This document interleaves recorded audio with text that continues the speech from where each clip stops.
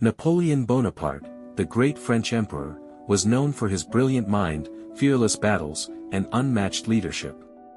He had defeated kings and conquered nations. But one day, in a moment meant for celebration, he faced an enemy he never expected, a group of rabbits. It was the summer of 1807. Napoleon had just signed a peace treaty and wanted to reward his generals with something fun. So, he planned a grand hunting picnic, not with deer or wild boars, but with rabbits. His staff made all the arrangements, a sunny field, a royal lunch, and hundreds of rabbits brought in for the hunt. The guests arrived, dressed in their best uniforms. The wine was served, the food was set, and the cages were opened. But something strange happened. Instead of running into the fields to escape, the rabbits turned, and began hopping straight toward Napoleon. At first, everyone laughed. It was cute. Funny, even.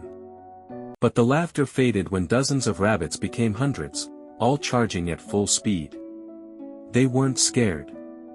They weren't wild. In fact, they looked excited. Within moments, the emperor found himself surrounded. Rabbits were climbing on his boots, tugging at his coat, jumping onto the carriage. Napoleon tried waving his riding crop to scare them away, but they kept coming, soft, fluffy, and totally fearless. His generals stood frozen, watching their mighty leader fleeing from rabbits. Some burst into laughter. Others tried to help, but it was useless. The rabbits had taken over.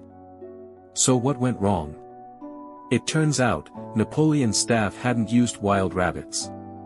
They had bought tame, farm-raised rabbits, used to being fed by humans. When the cages opened, the rabbits didn't see hunters, they saw lunch.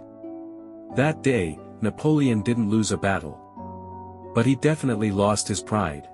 The lesson? No matter how powerful you are, life can always surprise you. Sometimes, the smallest things can humble the greatest of leaders.